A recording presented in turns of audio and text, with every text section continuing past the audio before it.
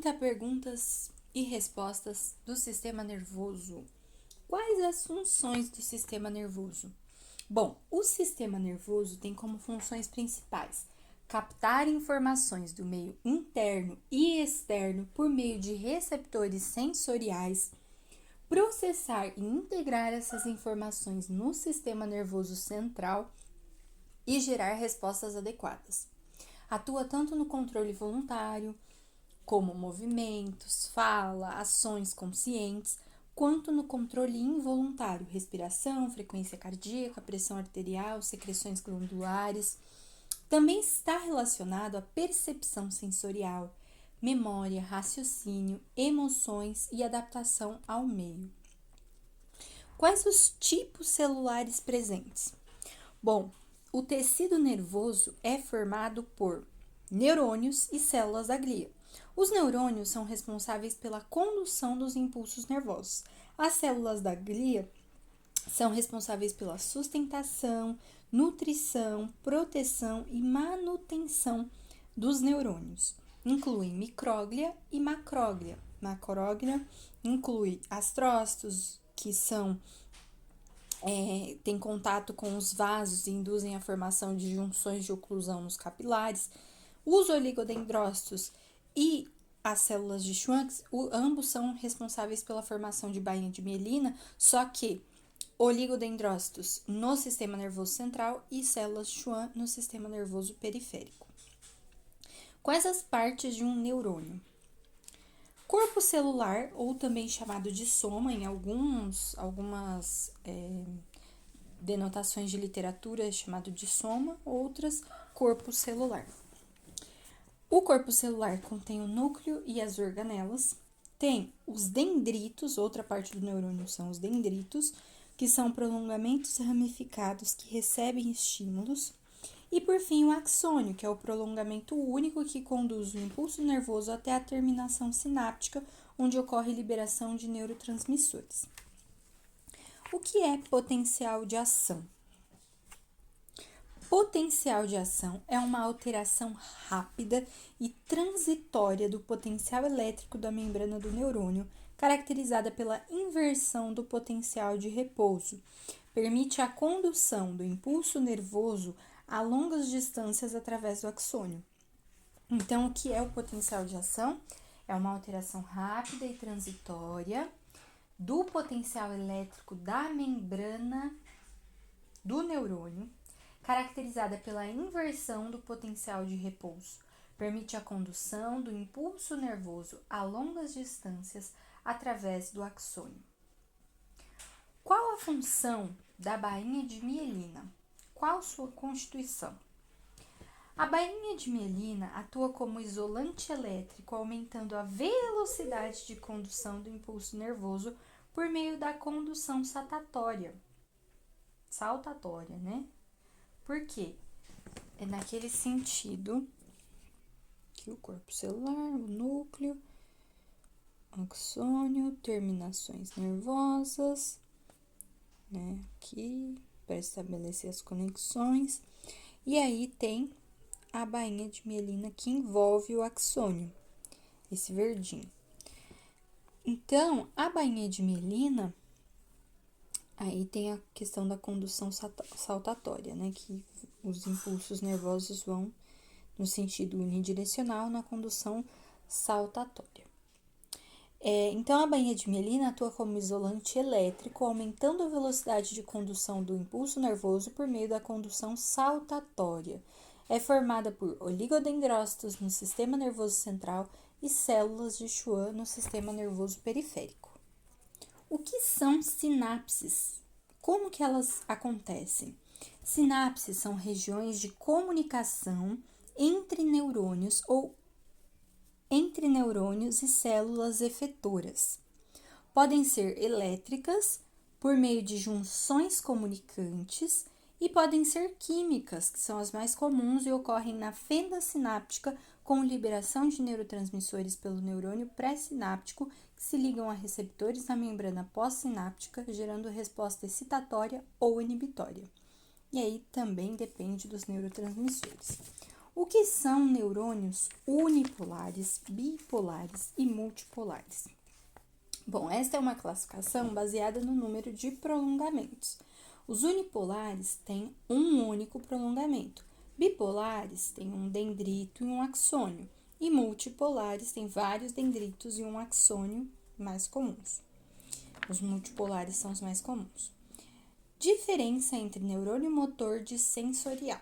Motores são aquelas vias aferentes. Não, motores são eferentes. Sensoriais é que são vias aferentes. Sensoriais conduzem impulsos dos receptores para o sistema nervoso central. Então, quem conduz impulso, quem conduz uma informação para o sistema nervoso central são os neurônios sensoriais ou aferentes, vias aferentes. Já os neurônios motores, vias eferentes, conduzem impulsos do sistema nervoso central para músculos ou glândulas. Então, pega a resposta que o sensorial conduziu e leva para gerar uma resposta. Quais as vesículas primordiais que dão origem ao sistema nervoso? O encéfalo origina-se de 3 vesículas primordiais: o prosencéfalo, mesencéfalo e romboencéfalo. Posteriormente, subdividem-se em vesículas secundárias que originam estruturas encefálicas específicas.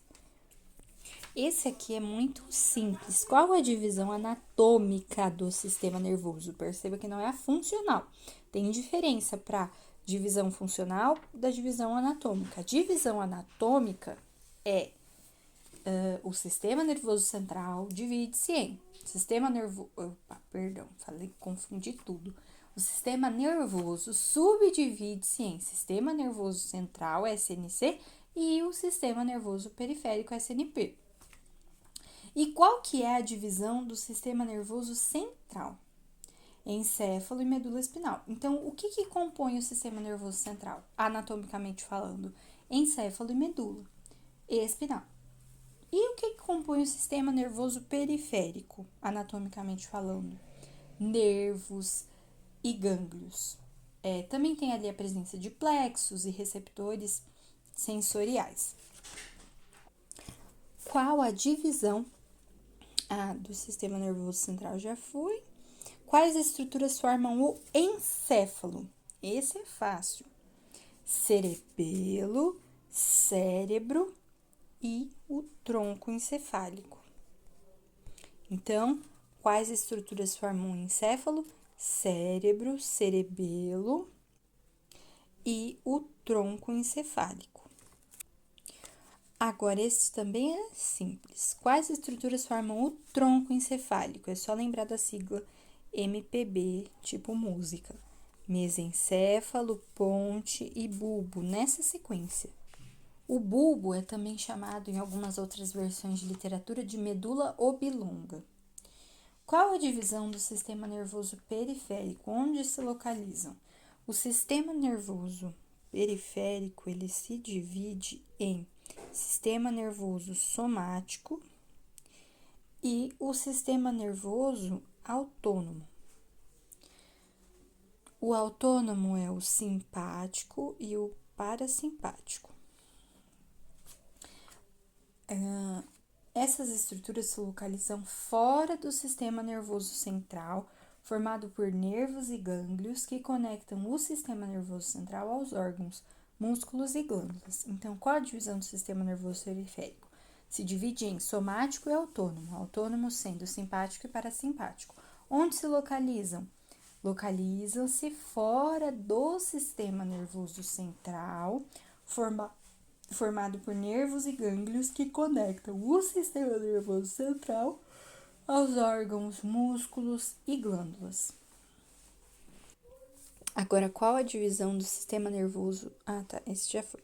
Quais as diferenças entre o sistema nervoso simpático e parasimpático? Esse também é tranquilo. Cite exemplos. O simpático é de luta ou fuga e o parasimpático de repouso e digestão.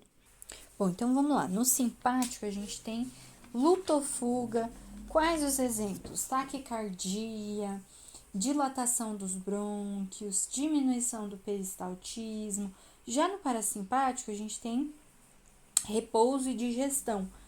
Então, exemplos, bradicardia, né, que é a diminuição da frequência cardíaca, aumento do peristaltismo e a contração da bexiga.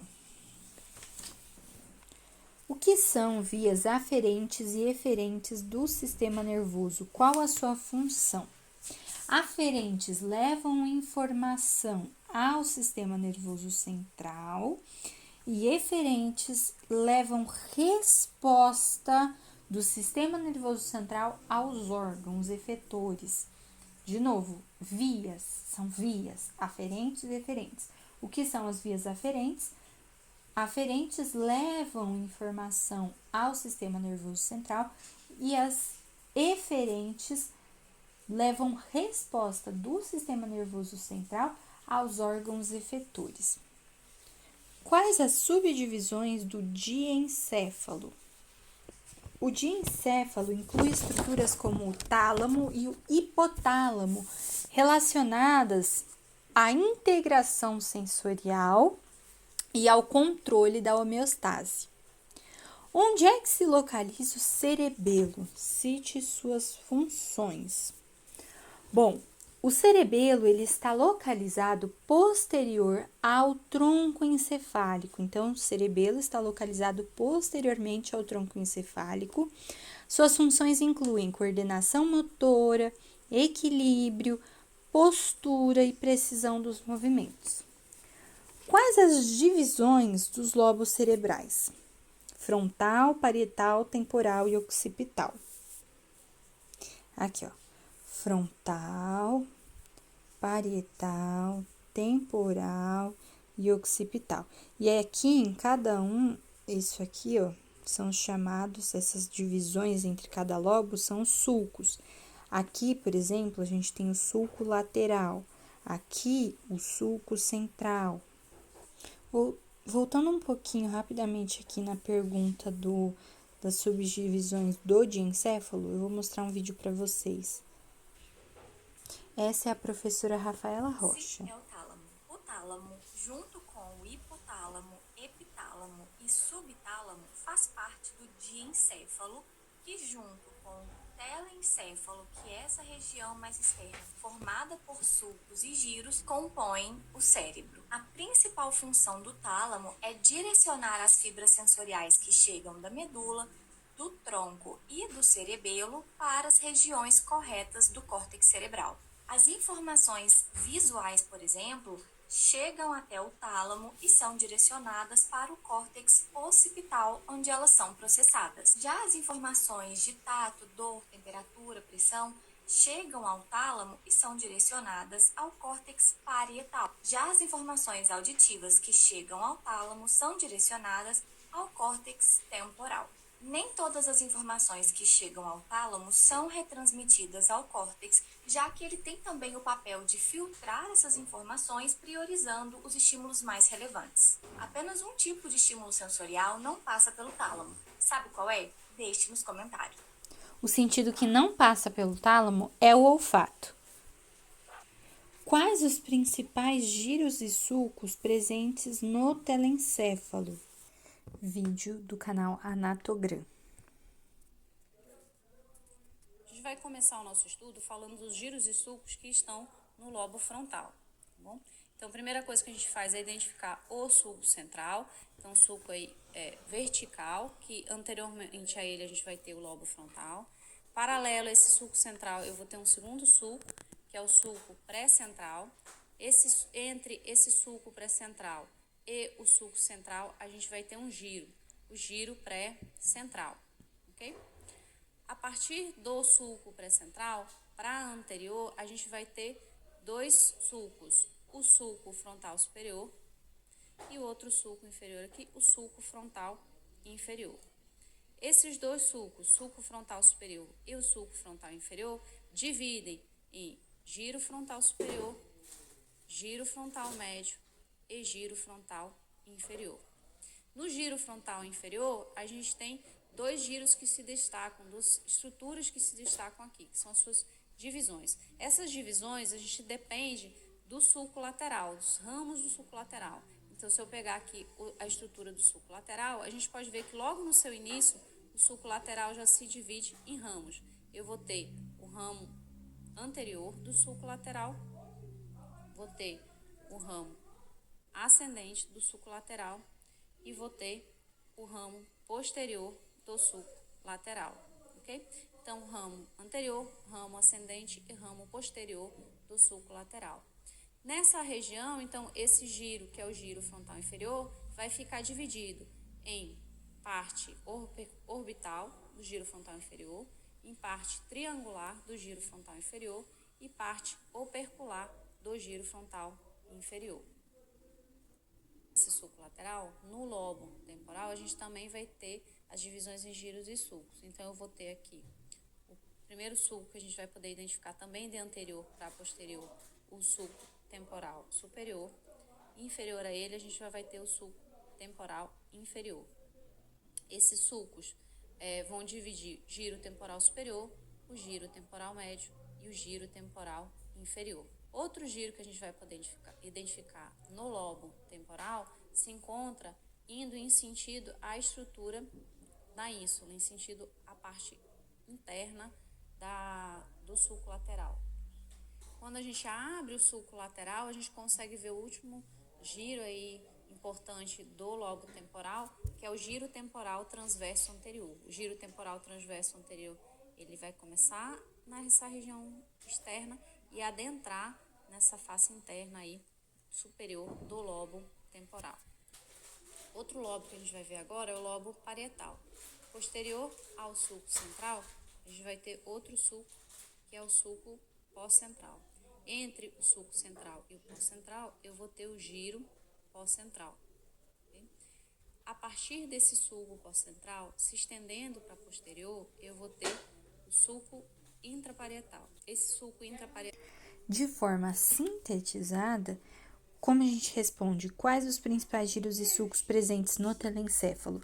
Destacam-se sulcos que delimitam os lobos, como sulco central e sulco lateral, organizando áreas motoras e sensoriais.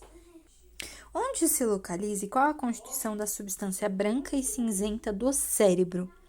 A substância cinzenta se localiza principalmente na parte externa, formando o córtex cerebral. É constituída por corpos celulares dos neurônios, dendritos, sinapses e células da glia, sendo responsável pelo processamento das informações. Já a substância branca se localiza na parte interna. É formada principalmente por axônios mielinizados, responsáveis pela condução rápida dos impulsos nervosos. Onde se localiza e qual a constituição da substância branca e cinzenta na medula espinal?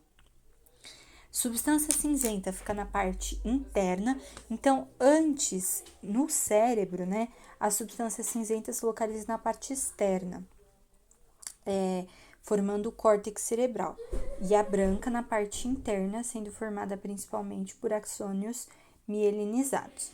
Já na medula, a substância cinzenta fica na parte interna, em formato de H, né, que é o que a gente chama de H medular, formada por corpos celulares, dendritos e sinapses. Já a substância branca fica na parte externa, formada por axônios mielinizados, responsáveis pela condução dos impulsos nervosos. O que são meninges? Qual sua função? Meninges são membranas de tecido conjuntivo que revestem o encéfalo e a medula espinal.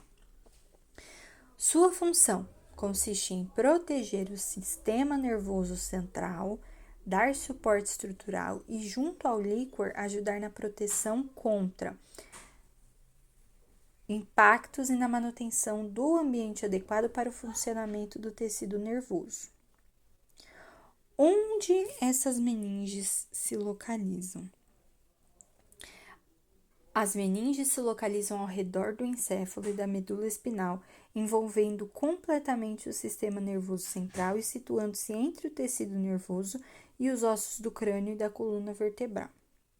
Quais as características da dura mater, aracnoide e pia mater? Bom, a dura mater é a mais externa, a aracnoide é a intermediária e a pia mater a mais interna.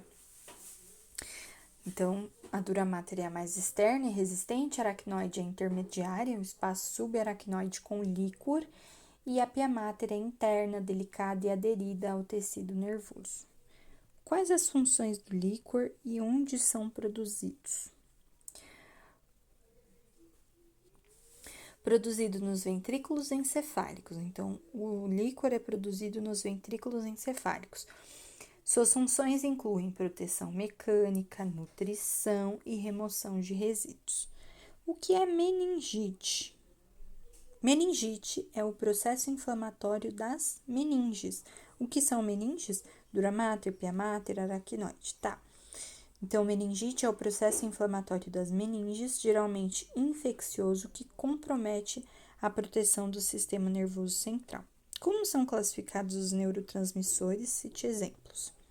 Os neurotransmissores podem ser classificados de acordo com o efeito que produzem na célula pós-sináptica. Eles podem ser excitatórios ou inibitórios. Os excitatórios promovem despolarização da membrana, facilitando a geração do potencial de ação. Então, eles promovem a despolarização, facilitando a geração do potencial de ação. Exemplos, glutamato e aspartato. Agora, os inibitórios, eles promovem a hiperpolarização da membrana, dificultando a geração do potencial de ação.